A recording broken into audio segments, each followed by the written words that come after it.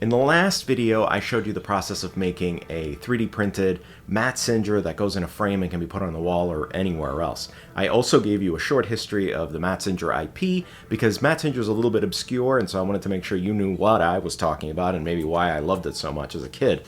Something interesting happened. I printed the first pass and it was way too big. So I decided to instead print a smaller one for my brother because I needed to take it to Texas with me. And I kept the bigger one and I want to paint that in an anime style.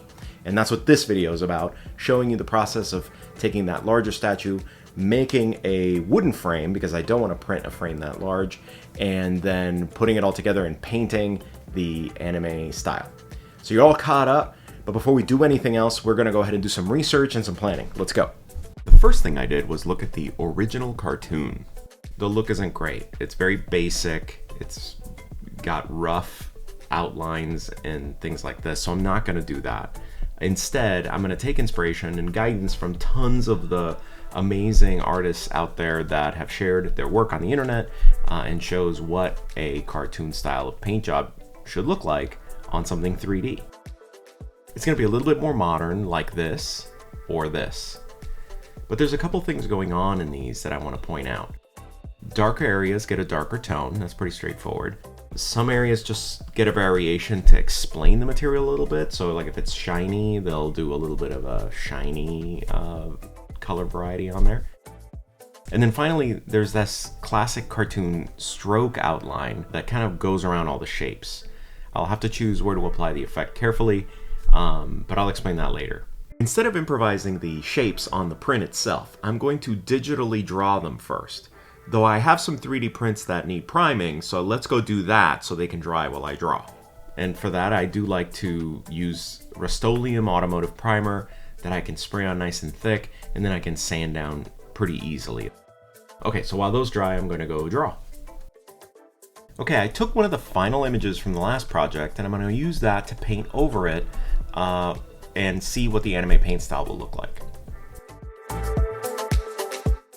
I started by separating it from the background so I can focus a bit better, and this way I can see where all the edges are. Here I'm giving the flat red fins on Mazinger's chest that shiny look by using a couple of random shapes that describe the surface. The original Mazinger's medals were mostly white. They kept it simple because adding all the shiny bands would cost the 2D animators a lot of extra work.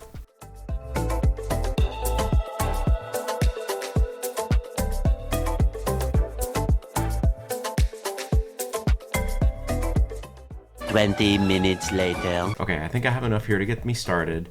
I'm going to use this image to look at as I paint Mazinger, so I can kind of stick to this as at least initially. Okay, I bet those prime pieces are dry. Let's get started.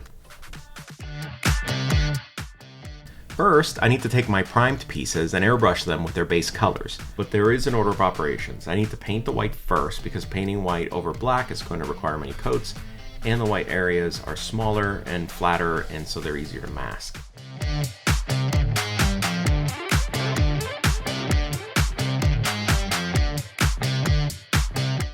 Is there a Batman supervillain called the Airbrush?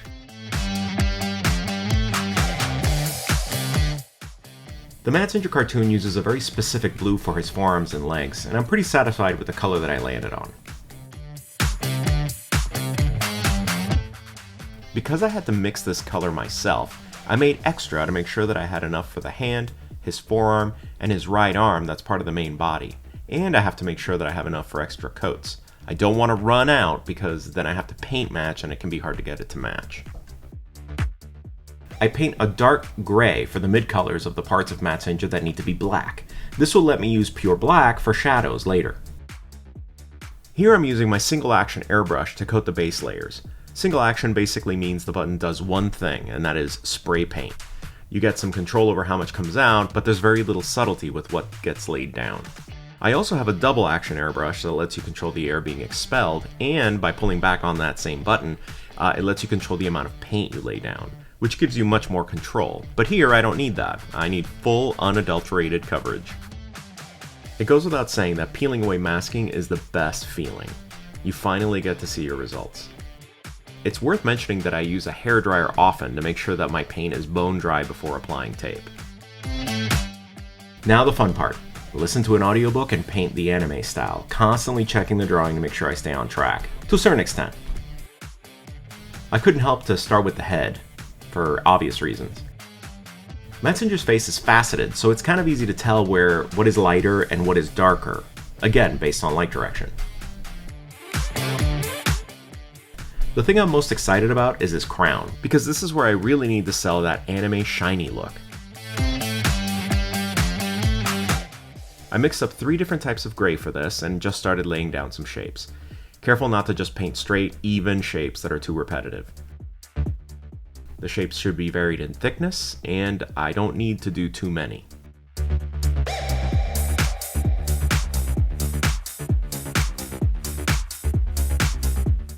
I didn't worry too much about the back of the head, since that's not something you'll see while it's inside the frame.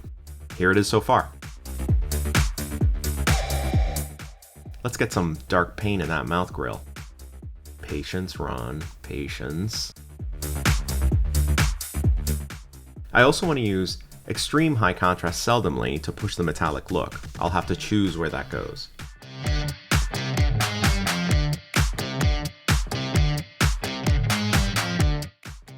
I could easily overdo it with these metal stripes and make it look too banded, so I'm constantly painting and then repainting until it feels right to me.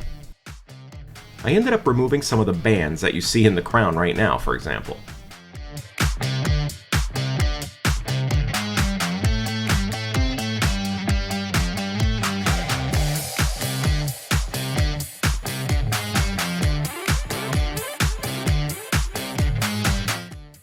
As often as I can, I use the edge of my brush against the edge of the surface to lay down some of the line. It does a lot of the work for me in keeping that line straight.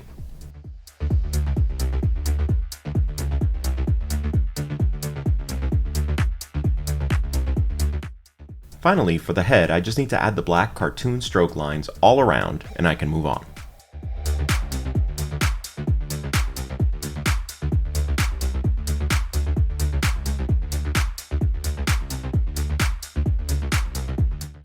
I was looking at reference like this when painting these flat, shiny chest fins. Don't worry, I did put a second coat on this. After doing these large shapes with this brush, I grabbed a smaller brush to add a bit more fine tapering in the corners of the shapes. Using the same reds for the flyer, so moving on to that for a bit.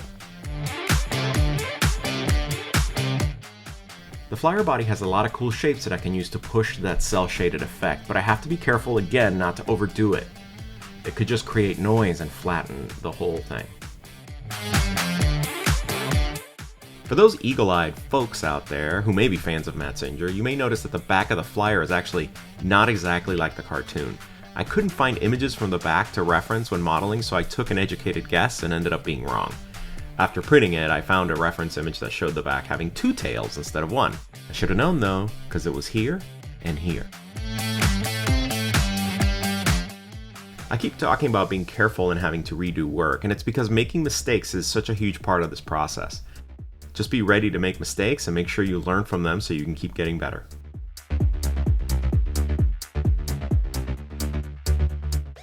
Most of the flyer details I'm putting down are to communicate shine.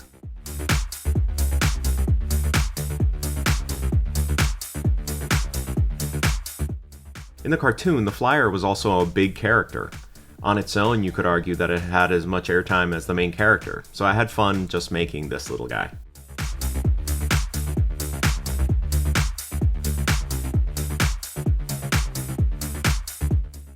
Putting in some gray for the rotors, which of course took forever because of all the little fins. But putting gray down let me then use white to highlight it later.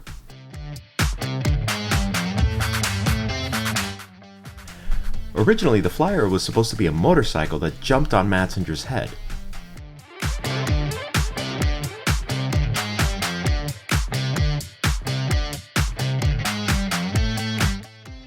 I'm gonna go ahead and save you from seeing me apply 2 or 3 coats to everything, but just know that I did because I want the credit for having done it. I mean, I guess you can see the difference.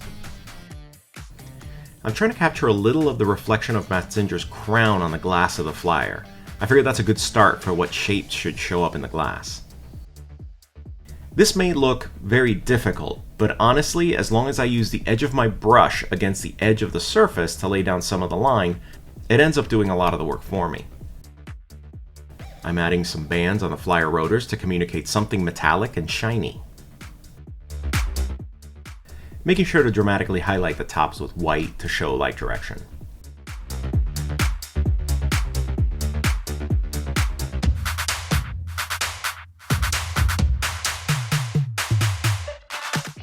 Laying down that black stroke line around the heat ray chest melt fins, and then moving to the hands.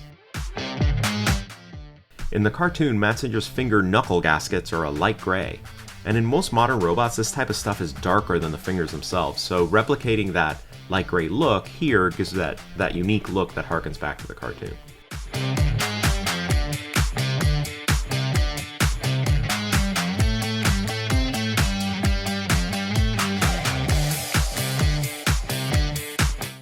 The way Mazinger's posed means that the palm side of his hand is what's most visible, so I'm adding highlights based on light direction, which for this statue means if it faces up, it's lighter than everything else because I'm imagining a light above him.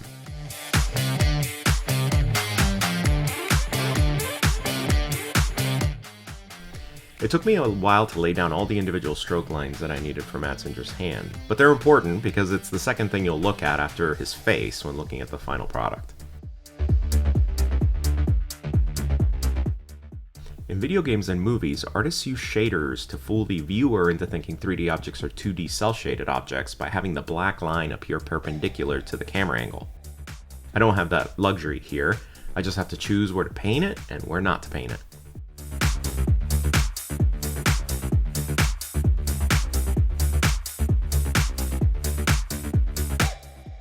Now the forearm gets some love.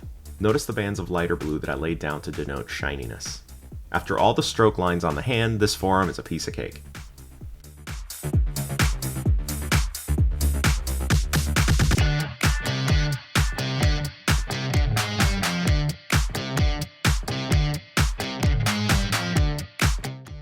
Here I'm putting the shadow from the chest fins on his actual chest as pure black. I keep putting it back on and removing it so I can reference it and what the shape would look like.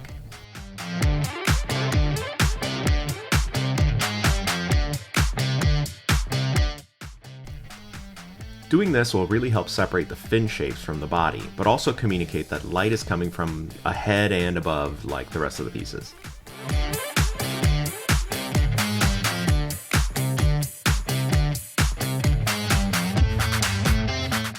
Here's a shadow for under his arm. A shadow in his undercarriage area to communicate volume. It goes all the way around his trunks to reinforce light direction.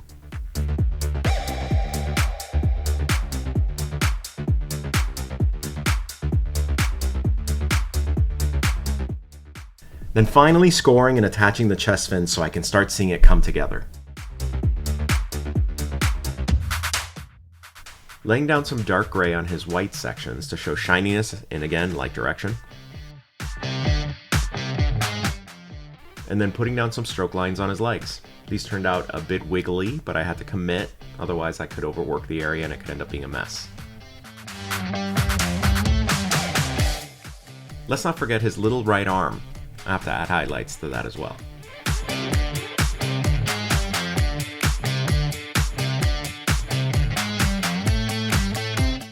There isn't going to be a lot of room on the front of the letters, so by adding them to the side, I still retain the space needed in the front, but I kind of get that cool black outline that tells that it's a cartoon.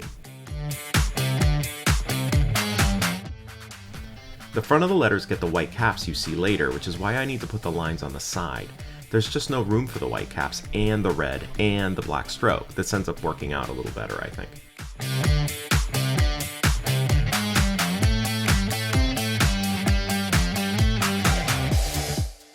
Okay, time for some classic workshop action. I need to make the frame because I don't want to 3D print it. I'm going to cut the wood to size and make 45-degree cuts for where they meet.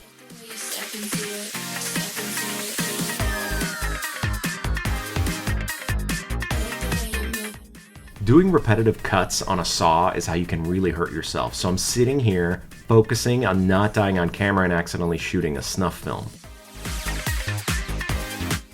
This rail right here will let me slide the backing right in there and securely hold Mazinger in place. Here's how the dry fit looks. I mean, that's not the worst.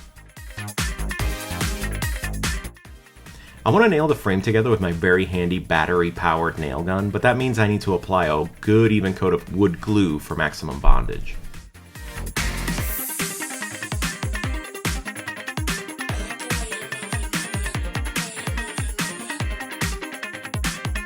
Some quick sanding before priming.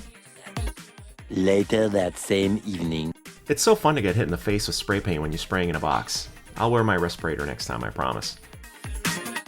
I think I'm going to try something bolder with the frame color than I had originally. I think I'm landing on orange frame and yellow background, so let's see how that turns out. All of this masking was for nothing because the paint peeled right up with the tape. You'll see that in a bit, but let's move forward.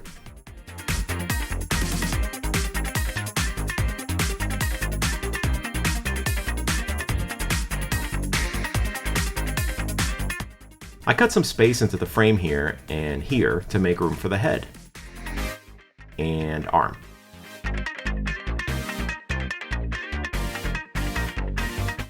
Yep, here you go, gotta paint it. So frustrating. Not a fan of the glossiness of the orange paint. That was one of my lessons that I learned and it's one that I keep having to relearn, is don't use rattle cans. I stick to the brands that you like because there are some rattle cans that are good, but there are a million cheaper rattle cans that could kill your project.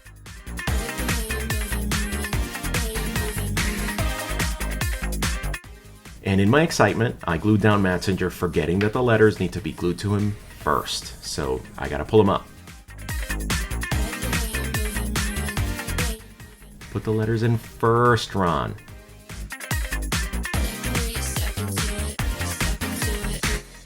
Then the rest goes pretty quickly. Bam, bam, bam. Nice. Then the white fonts go on for some nice high contrast letters.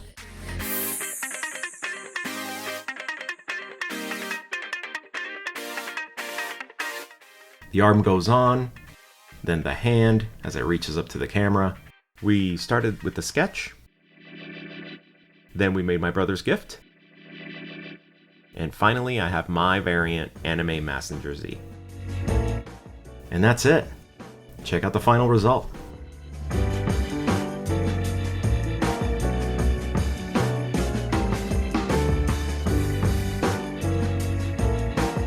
Tell me what you think. Lots learned, mostly about patience. I hope I don't have to relearn too many of those lessons. In the end, I'm pretty satisfied with the outcome. So I decided to put Mazinger up above me while I work. It looks cool. It's cool to be able to look up at him every once in a while and see him reaching out. Remember that the 3D print files for the Mazinger statue are in the first video description, so check that out. You won't have to print the big one, luckily, because it is very large. But I am done with Mazinger for now. I've been working on Mazinger for long enough, so let's do something else. And actually, my next project I had bits and pieces of in the video as they laid around in my studio, and so if you watch them again and you look for them, you might be able to guess what it is. Talk soon. Peace.